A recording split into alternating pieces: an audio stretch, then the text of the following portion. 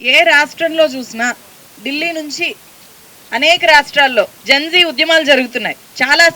చాలా చోట్ల అంటే యూపీ కానీ, జార్ఖండ్, బీహారు, రాజస్థాను ఇట్లాంటి చోట్ల స్కూల్స్ ఉన్నాయి. కానీ ఆ స్కూళ్ళ పరిస్థితి బాగాలేదు అని చెప్పి జన ఆల్ఫాలు రోడ్ల మీదకి వచ్చారు.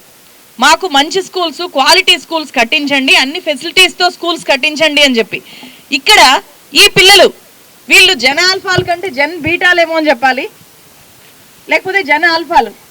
వీళ్ళు మాకు స్కూలే లేదు, గబ్బిలాలపేటలో గబ్బిలాలు లేవు, పిల్లలు మేము అని చెప్పి వీళ్ళు ఈరోజు రోడ్డెక్కి మాకు కనీసం స్కూల్ పెట్టండి అని చెప్పి అడుగుతున్న పరిస్థితి. సో మిగతా రాష్ట్రాల్లో నేను చెప్పింది ఆ స్టేట్ క్యాపిటల్స్లో కాదు, ఆ రాష్ట్ర రాజధానికి చాలా దూరంలో ఉండే ఏరియాస్లో మంచి స్కూల్స్ లేవు. స్కూల్స్ లేకుండా ఉండే పరిస్థితి అయితే దేశంలో ఎక్కడా లేదు. రాష్ట్ర రాజధానిలో మనం హైటెక్ సిటీగా, ఫ్యూచర్ సిటీగా చెప్పుకుంటున్న హైదరాబాద్లో నిజంగా ఎవరైనా చెప్తే నమ్మరు. ఇది రాష్ట్ర సమస్య కాదు, ఇది జాతీయ సమస్య. ఒక హైటెక్ సిటీ, ఫ్యూచర్ సిటీ అని చెప్పుకునే హైదరాబాద్లో, హైదరాబాద్ చెత్తంతా తీసుకెళ్లి వేసే జవహర్ నగర్లో అక్కడ 1,00,000 మంది పిల్లలు స్కూల్లో కాకుండా స్కూల్ బయట ఉన్నారు అంటే ఇది సిగ్గుపడాలి, ప్రభుత్వాలు సిగ్గుపడాలి.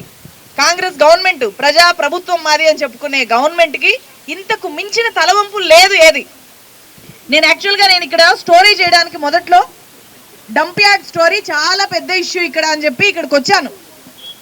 సగం డే డంప్ యార్డ్ గురించి రికార్డ్ చేసిన తర్వాత నాకు ఎక్కడ చూసినా పిల్లలు కనిపించారు, ఏ రోడ్డుకి వెళ్ళినా పిల్లలు కనిపించారు, చెత్త ఏరుకుంటూ పిల్లలు కనిపించారు, ఇళ్లలో ఒంటరిగా పిల్లలు కనిపించారు, సెక్షువల్ హెరాస్మెంట్కి గురైన పిల్లలు కనిపించారు.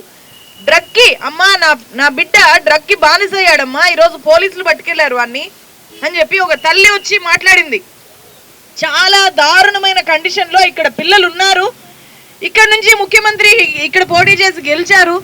ఇంకొక మంత్రి ఇక్కడ గతంలో మంత్రిగా పనిచేశాడు, పెద్ద విద్యావేత్త. ఇట్లాంటి పేరు గొప్ప నాయకులు ఉన్న ఈ చోట స్కూల్స్ లేకపోవడం ఏంటి? ఇది ఎవరికి సిగ్గుచేటు? షేమ్లెస్ ఫెలోస్ ఈ పొలిటీషియన్స్. ఈ మాట చెప్పడానికి నేను భయపడట్లేదు, ఏమీ మొహమాట పడట్లేదు. రాజధానిలో మీరు పిల్లలకి స్కూల్ ఇవ్వకపోతే మీ అధికారం ఎందుకు, మీ పదవులు ఎందుకు? ఎంత సిగ్గులేనితనంతో మీరు బతుకుతున్నారు. నేను ఎప్పుడూ కూడా ఇట్లాంటి ప్రత్యక్ష పోరాటాలకి నేరుగా వచ్చి పాల్గొనేదాన్ని ఏం కాదు. 4 గోడల మధ్య మొత్తం దేశ రాజకీయాలను విశ్లేషించేదాన్ని. కానీ ఇంతకు మించిన సమస్య లేదనిపించింది. నేను గ్రౌండ్కి వచ్చి ఇక్కడ తిరిగి ప్రజెంట్ చేసిన తర్వాత 3-4 నెలలు గడుస్తుంది. కానీ ఇప్పటిదాకా కూడా ఇక్కడ ఒక్క స్కూల్కి పునాది లేదు. ఇక్కడ చిక్కెంటుకలు అమ్ముకునే వాళ్ళని నేను కలిశాను.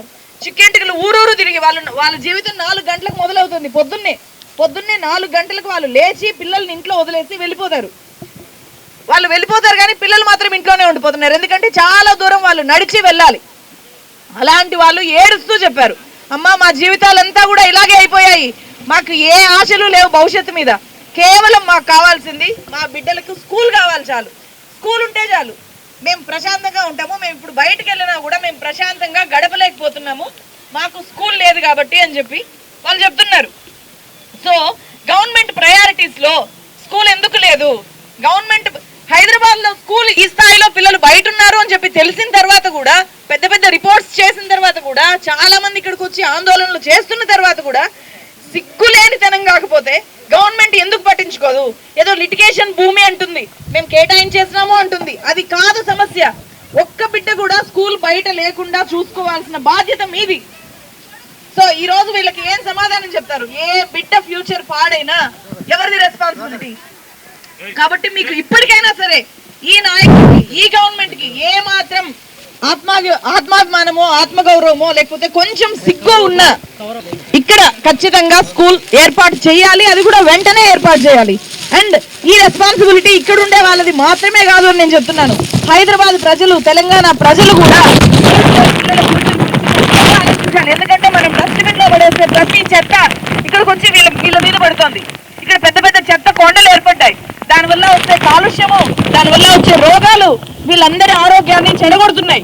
వీళ్ళు ఇక్కడ నుంచి ఆ చెత్త కుండి ఖాళీ చేయండి అని చెప్పి ఎప్పటి నుంచో పోరాడుతున్నారు. దాన్ని పట్టించుకోవట్లేదు. అది పట్టించుకోకపోగా కనీసం ఆ చెత్తలో బతికే, చెత్త మీద ఆధారపడి బతికే, చెత్త కుప్ప మధ్యలో ఉండే ఇక్కడ ఉండే పిల్లల జీవితాలు కూడా మళ్ళీ అదే చెత్త కుప్పలో కలిపేస్తుంది గవర్నమెంట్. అట్లా కలవడానికి వీల్లేదు.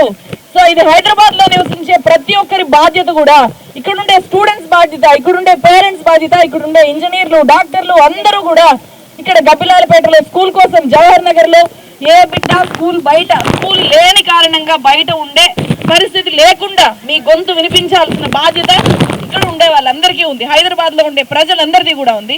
మనం అందరం కలిసి క్వశ్చన్ చేస్తే గవర్నమెంట్ ఖచ్చితంగా దిగొస్తుంది.